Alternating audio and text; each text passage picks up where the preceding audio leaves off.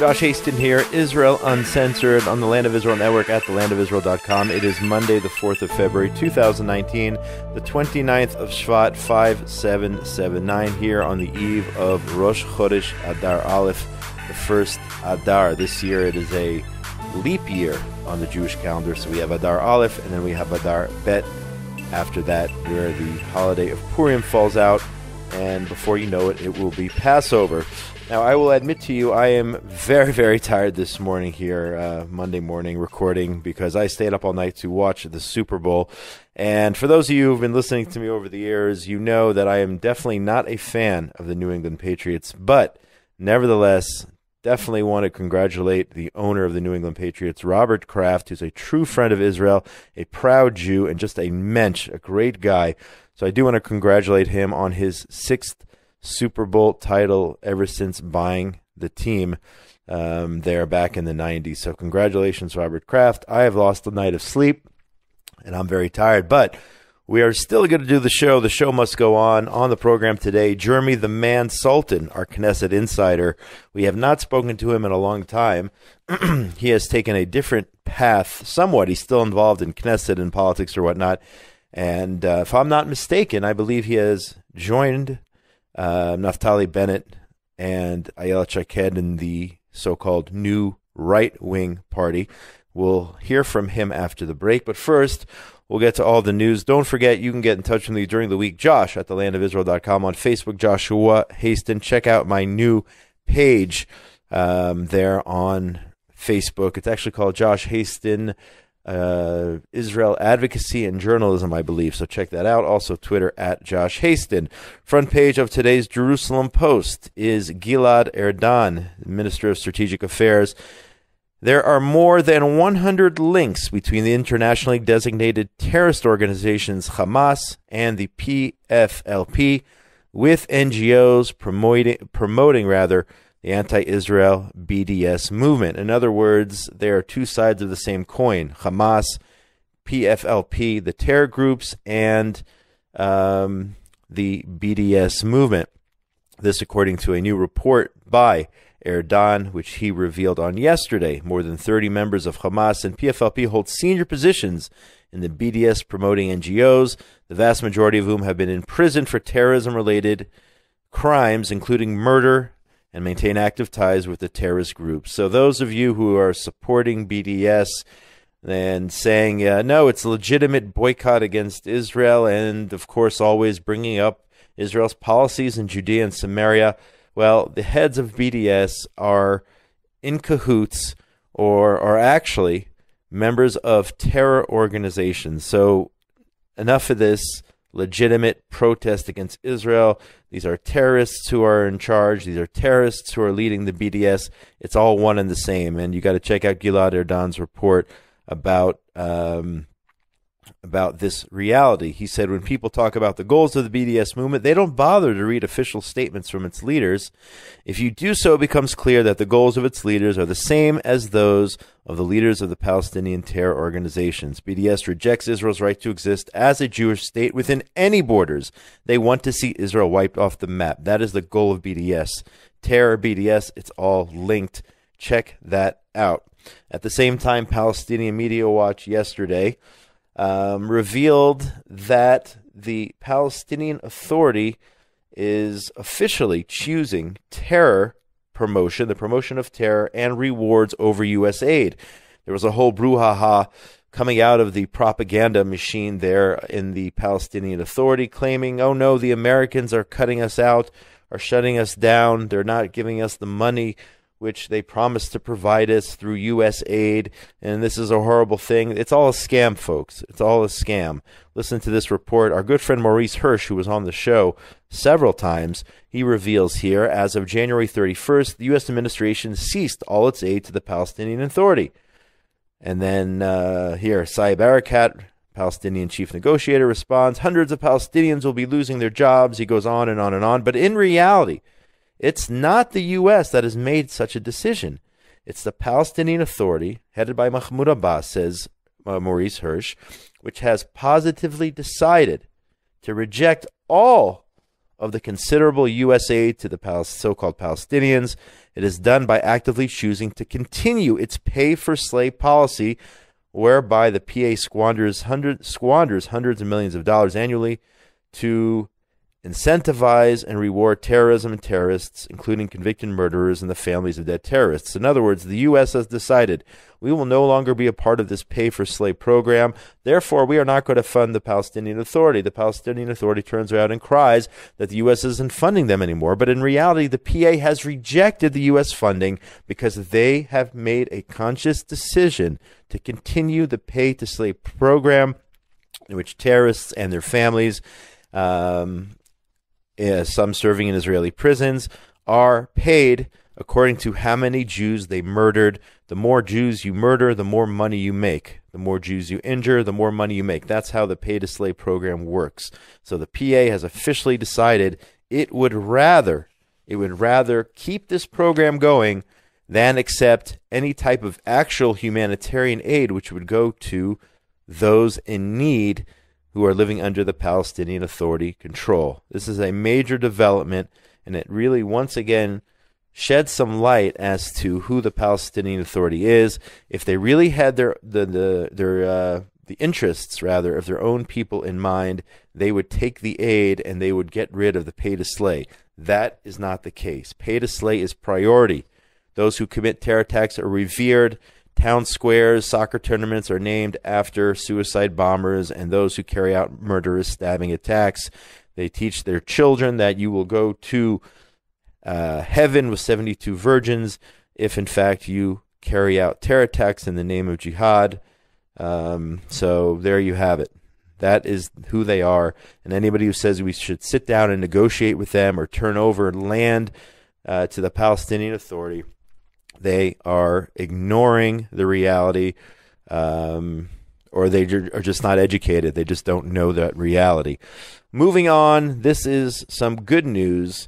The TIPH, the so-called Temporary International Presence in Hebron, this group from 1997 has been wandering the streets of Hebron and essentially harassing and bothering IDF soldiers and causing a real headache for the residents of Hebron. But Prime Minister Netanyahu decided that he would not sign on to an extension of their mandate. Israel and the Palestinian Authority both are supposed to sign every 6 months if they agree to extend their mandate. Israel has been doing it for 22 years, and the Prime Minister finally said enough is enough. TIPH is going home. They are out of here. All of those European countries who make up those so-called do-gooders, who really aren't do-gooders, just anti-Israel haters wandering through the streets of Hebron, from Norway, Italy, Sweden, Switzerland, Turkey, they are being sent packing, and this is a positive development. Cybercat, there he is again, saying, I want to ask the countries involved in TIPH to really coordinate amongst themselves and to refuse the Israeli decision, because Israel cannot, from one side, cancel the agreement. This is Cybercat, and that's absolutely a lie. Israel can cancel the agreement, or rather, more accurately, decide not to renew the mandate. So he is lying once again, and this is good news. Of course, in recent months, it was revealed that TIPH, in one case, they slapped a 10-year-old boy in Hebron, and another TIPH representative was caught slashing tires of a Jewish resident of Hebron. You can actually check out my article on JNS. It's up on jns.org. I wrote a piece this past week talking about the reality of TIPH and what they really stand for, what they're really all about. Completely biased against the Jews of Hebron and the State of Israel. So get to know the reality of TIPH, and let's celebrate the fact that this is good news. Maybe I should have left it for the end. To celebrate the fact that they are out of here. In Hebron yesterday, also, I mean, you could probably call this a miracle. Very, very fortunate. You had an Arab in his 20s trying to enter the cave of the patriarchs, Marat HaMachpelah in Hebron. He was armed with a knife. What he tried to do is he tried to embed himself within a tour group. He tried to walk in through security as if he was part of a foreign tour group, a tour group from outside the country. And luckily, and thank God, He was caught. Security forces there, border police noticed something suspicious about this guy. Noticed he didn't really belong to the group, and he was stopped, and he was caught with a huge knife, and he was subsequently arrested, and he was going to carry out, God forbid, who knows what kind of how deadly of an attack he could have possibly carried out inside Marat HaMachpelah, the Cave of the Patriarchs. Mahmoud Abbas here. We're talking a lot about the Palestinian Authority. Abbas, according to, I believe this is Times of Israel, he refused to meet with a joint Israeli-Palestinian so-called peace group last week unless Israeli supermarket mogul Rami Levy was dropped from the delegation. Now, I don't know anything about this Israeli-Palestinian so-called peace group, what their intention was, if this was a legitimate aim towards some sort of coexistence. I don't know anything about the initiative, but I do know the fact that Mahmoud Abbas said that this meeting isn't happening unless Rami Levy is uninvited from the group. Now, what did Rami Levy do that's so bad? Rami Levy opened a supermarket in Gush Etzion. He opened a supermarket in the Binyamin area, a new supermarket in the Atarot neighborhood in Jerusalem, all of those areas considered to be what they would call in Jewish settlements in Area C. But obviously I refer to them as Jewish communities or near Jewish communities in Judea and Samaria. So Mahmoud Abbas decides the meeting is canceled because Rami Levy, what's his crime? Rami Levy provides food for Arabs living under the Palestinian Authority. If you're an Arab in Bethlehem or in Hebron, you come to Rami Levy and you go shopping side by side with Jews who live in the area as well. So number one, Mahmoud Abbas is saying, I don't care if Arabs are being provided with food or able to go out and buy and shop for food because of Rami Levy or thanks to Rami Levy. I don't care about that. And also, he doesn't care about, it just doesn't show he doesn't care about his people. And the Arabs, so many Arabs work for Rami Levy inside those supermarkets. So this is the second time here we are proving whether it's the failure to accept the U.S. aid and the Palestinian Authority sticking to their guns that they're staying with this pay-to-slay program, or the fact that Mahmoud Abbas does not value or does not want those Arabs living under the Palestinian Authority to have jobs with Rami Levy to provide for their families or to actually purchase food in those supermarkets. So once again, proving the true face of Mahmoud Abbas, the Palestinian Authority. Anybody who thinks we should negotiate with them, I don't know what your story is, because this is who they are. They want a Judenrein country from the river to the sea. They don't want Jews anywhere, not just in Judea and Samaria. They don't want Jews anywhere in the state of Israel. We're going to finish with some positive news here, and then we are going to take a break and come back with Jeremy the Man Saltan, Knesset Insider. Have you seen these videos perhaps on YouTube or Facebook of the Shalva Band? This is an amazing story.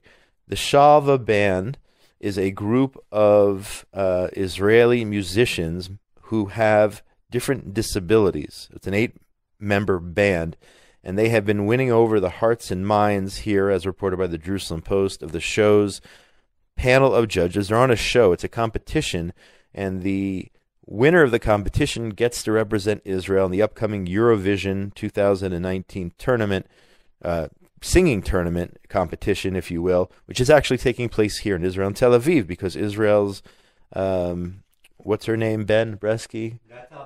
Netta Barz, thank you, Ben. Netta Barzilai won last year's competition. Therefore, Israel hosts the competition.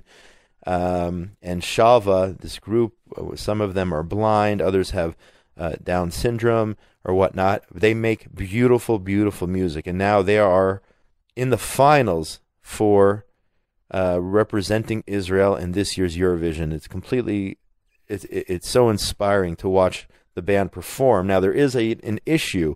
Unfortunately, there is some kind of Eurovision rule that says, well, the competition is Saturday night. You have to attend the rehearsal on Friday night, and you do have some religious members of the Shalva Band, those who are Sabbath observant. So they may, at the end, have to pull out of the competition because of these Eurovision rules which would not allow them to practice or whatever, this type of rehearsal. They can't do it on Friday. You can't accommodate for them. I hope it doesn't come down to that, because they make amazing music. If they actually win the competition, they, I think, would do an unbelievable job representing the state of Israel. But it's a true inspiration. So if you've not seen the Shalva Band, you can see it. It's gone viral on YouTube, Facebook, all social media.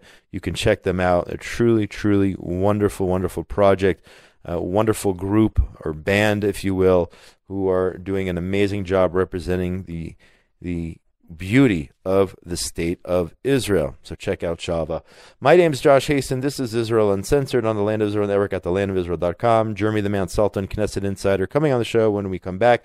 It is Monday, February the 4th, 2019.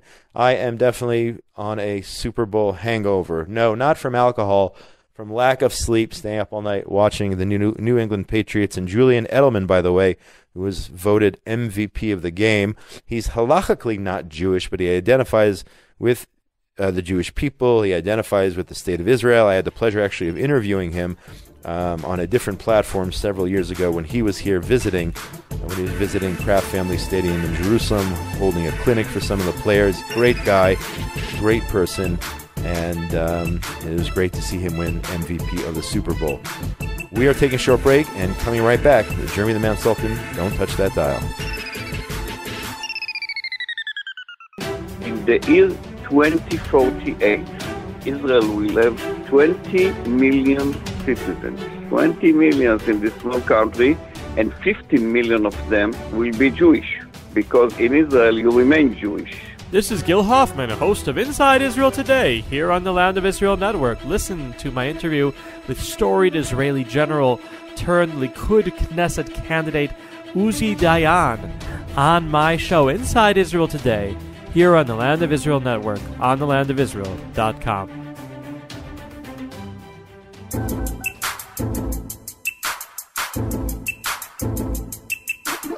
And we are back. Josh Hasten here, Israel Uncensored, on the Land of Israel Network at thelandofisrael.com. It is the 4th of February, 2019, the 29th of Shvat, 5779, coming to you on this beautiful Monday from Jerusalem. I'm trying to keep it together, folks.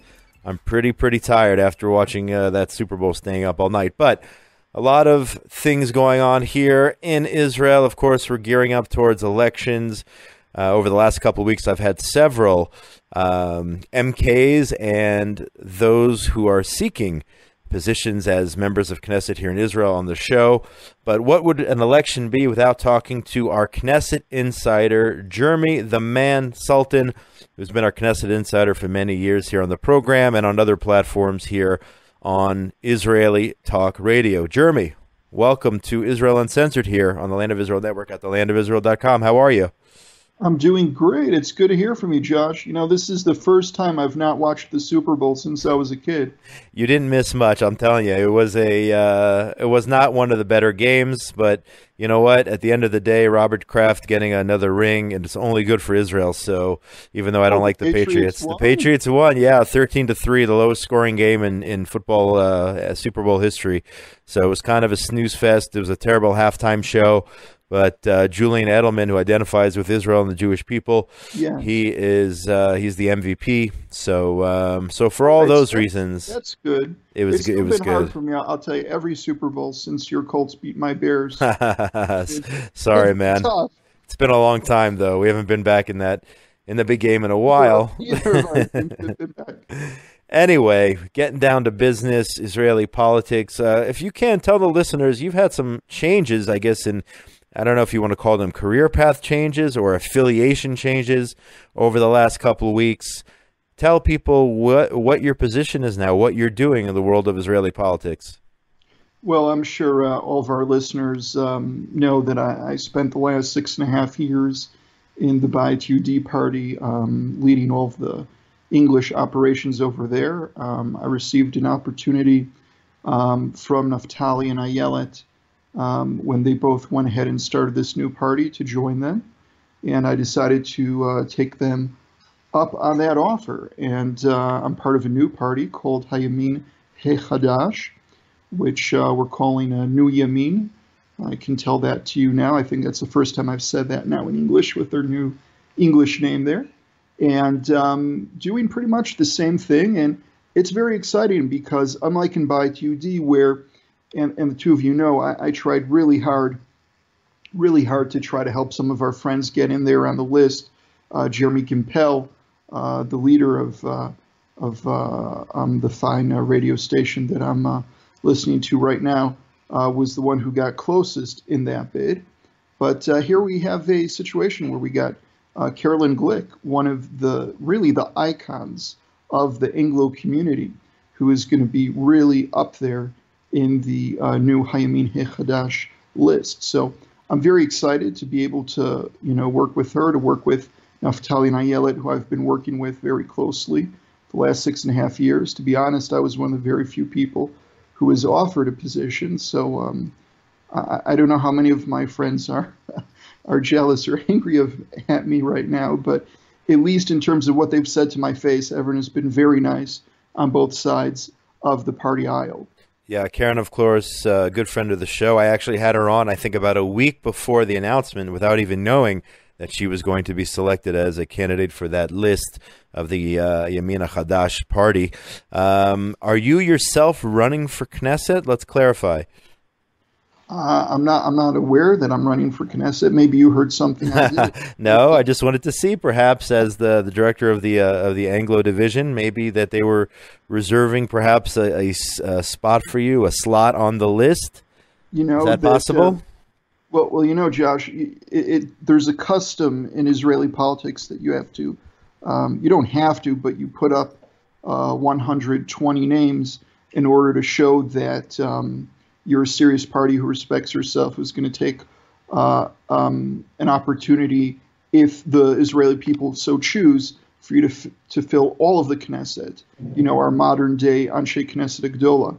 But the first time around in 2013, the Bayit Yehudi, they asked me, I don't remember if it was the 63rd or 62nd slot. I wanted the 61st slot so I could tell people, listen, guys, this isn't America. If it was, we'd have a majority and I'd be a Knesset member. Right. But that isn't the way that it works here. But like I said, I think I was 62, 63. I moved up in the list in 2015. I was number, I believe it was 49 on the list last time. So there's a chance maybe, I'll be a little bit higher this time around. But as you know, that's not what we call a realistic spot, nor is it something actually run for. It's a nice thing maybe to have written down on your resume, but let's be honest, that it's just a filler. So tell me then, I wish you luck. Maybe one of these days you will get a realistic slot. You have my vote. But tell me, the new party, the HaYamin HeHadash. Last week I spoke to somebody from Zehut. The week before I had an MK on, Sharon Haskel from the Likud. There are a lot of people saying that they believe that the most successful strategy would be if the so-called right-wing parties, and I don't know if that includes Likud or not, would perhaps consider merging into one party and having one big list. That way, it would guarantee a more broad representation, and people would not be throwing their votes out in case some of perhaps the smaller parties do not make or pass the electoral threshold. Do you see any type of chance that your party will merge, perhaps, maybe even with the Jewish Home Party, maybe with the Otzma Party or Zehut? It doesn't sound like Zehut's looking to merge. Some of these other parties, do you think that there can be a unified, solid, large, so-called right-wing party perhaps merging as we get closer to the election? Well, I do think that Zehut joined up with Am Shalem, so they've already done one merger, even though, as you said, Feiglin had previously said he was not going to do any mergers. But in terms of your question, I think you have to start with Netanyahu and the Likud. Netanyahu has always been a person who's looked for mergers. In '96, the first time that he ran for prime minister, he ran on a joint list with Gesher and with Tzomet. In '99, he ran with nobody, and he did not end up retaining his position as prime minister. If you go down the list, in 2009, he ran with Achi, which was a religious Zionist party. In 2013, he ran with Israel Beitenu. We know that he almost ran with Kulanu last time around. It fell apart in the last few minutes. So in terms of Netanyahu, he always has a preference to go with other people in the right. I can tell you from the inside, during my time in the 18th Knesset, Netanyahu had tried to create, that was his first attempt to create the Republican Party in Israel, where he tried to get Shaul Mofaz, who was the leader of Kadima. Back then they had 28 seats. Likud had 27 seats. And Lieberman 15 seats. His idea was to create one party with the three largest parties in parliament and Knesset, and try to really create this super mega party that would end up being able to sort of have this first ever non-coalition type government. It didn't end up working out too well for him, considering Kadima fell from 27 seats to, from 28 seats to 2 seats. I think that's okay that it didn't work out. I think Netanyahu's happy in the end that it didn't. But overall, if you're asking specifically about us, yes, I think it's quite obvious that in this election we're running for Naftali Bennett to be defense minister, for Ayelet Shaked to retain her position as justice minister, and I highly doubt that Netanyahu would be willing to pay such a price other than within the coalition negotiation process itself. And that happens only when you're separate parties. We all know how the coalition negotiation process worked out between the two of them the last 2 times around. And like I said, I don't see that being an offer that Netanyahu would be willing to accept to run on a joint platform. So what about you? We brought up Carolyn Glick before, with Bennett aiming for the defense ministry and Ayelet Shaked also wanting to be a minister. Is there a chance that, and they refer to Carolyn as the most popular or most well-known Anglo in all of Israel, is there a chance that we could see her perhaps as a minister in this, her first attempt at running for Knesset? Is that a realistic possibility this time around? Well, Josh, this is something that your listeners, at least those with Israeli citizenship who are going to be here on April 9th, have an opportunity to influence. Look, if we're at that situation where every person who's listening to your program who has the ability to vote votes for us, so that's obviously a possibility. Hey, if you're able to get in, if we're able to get in something crazy like 40 seats, then who knows? Maybe I'll even be a Knesset member. Hey, Josh, you want something in the 40s? Maybe I can hook you up. Yeah, I'll take something, maybe a little higher, but no, I wouldn't. I'm not going to bypass you. You've been doing this a lot longer, but hopefully, as for those who are listening, if you vote for this party, then the more seats they have, and this is how the system works, the more influence they have when it comes to coalition negotiations. In other words, when Naftali Bennett sits down with the Prime Minister, assuming it's Netanyahu, and that's an assumption at this point, he is leading the polls, then he can say, I'm pretty sure you're that's confident? Yeah. You're confident he's going to win? I'm very confident that he's going to win. Okay. Look, people can look at the numbers in the polls, but the blocks don't change. And as long as the right-wing bloc is ahead of the left-wing bloc, which it has been since the Second Lebanese War back in 2006, I don't think that Netanyahu's premiership is in any doubt. I know that it's the job of all of the analysts and the news media to come up with all these scenarios and possibilities of how it could be a risk that his premiership could come to an end. But really, I think the only situation that could happen is based on one of the things you alluded to in one of your previous questions, which is all of the smaller parties on the right. If we don't have some sort of unification and a lot of those votes end up getting thrown out into the garbage bin. But I'm pretty certain that a lot of these leaders of the smaller parties are really just going to go ahead and start merging, because there's this thing in politics, and it's called being able to pass the threshold. So when you have ideology and realism that meet, and you understand that for you to just be a part of the game, there is a certain sacrifice you have to play, a majority of people are going to take that. And that's why I'm fairly certain that we will see a lot of mergers happening. There's also the possibility of the Haredi mega party. It'll be very interesting if Eli Yishai wants to go towards that or towards some sort of merger on the right of Beit Yehudi, Tkuma, and possibly Otzma. So there's a lot of interesting things that are going to happen between now and February 21st, which is the deadline to submit lists to Knesset. And I expect that we will have a lot less parties running than we do right now. You are listening to our Knesset insider, Jeremy the Man Saltan, who is now officially with the new right wing. What's the official name in Hebrew? HaYamin HeHadash. So the new right wing. That's what we'll call that in English.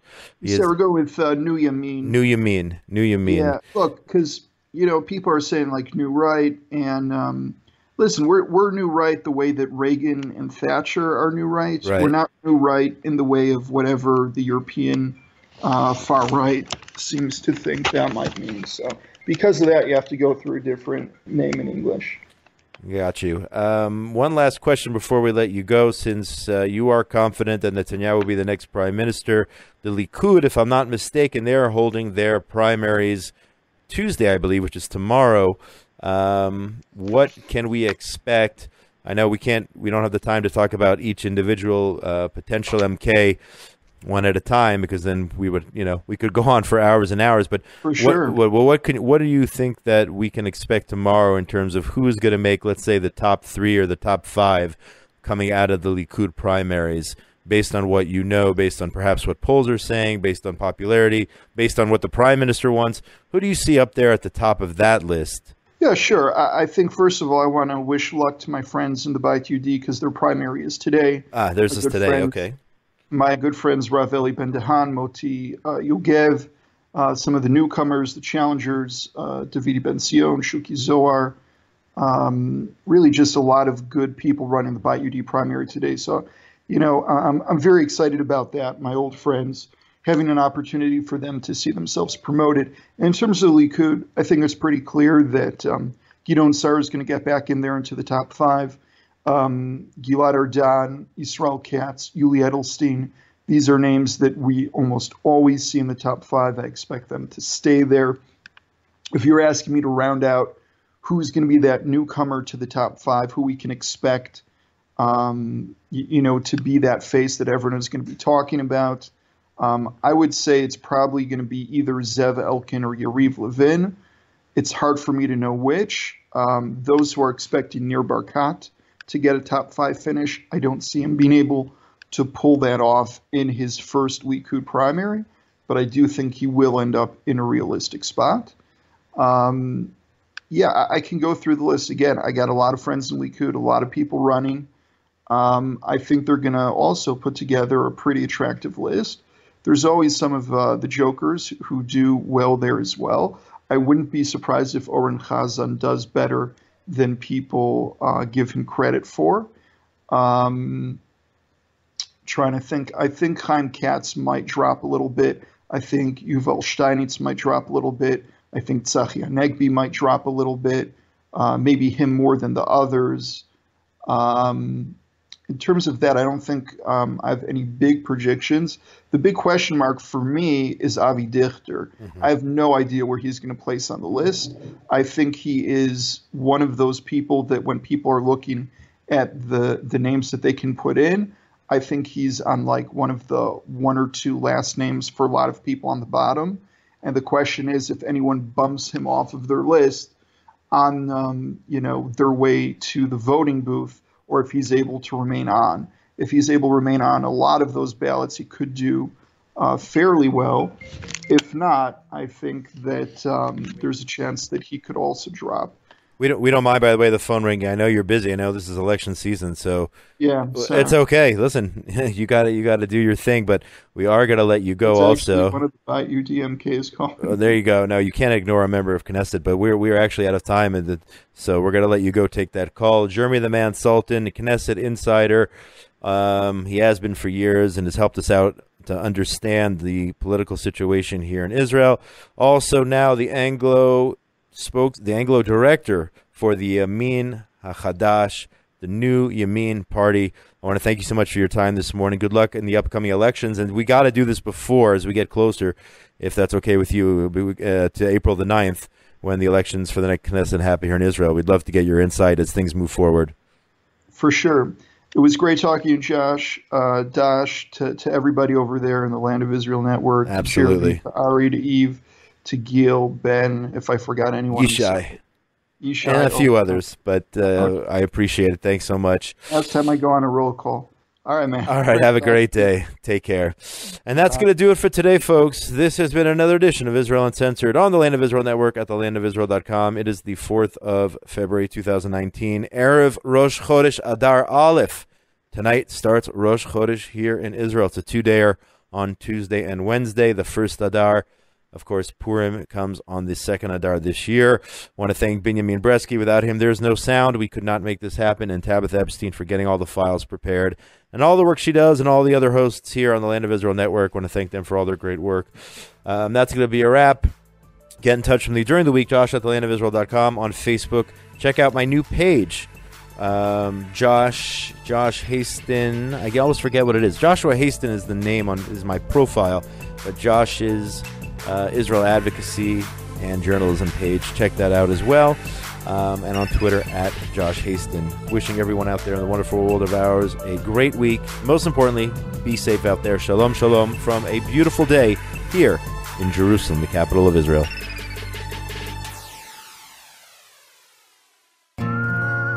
Torah thoughts and inspiration from the heartland of Israel. Tune in every week to The Soul of Israel with Rabbi Shlomo Katz on the Land of Israel Network at thelandofisrael.com.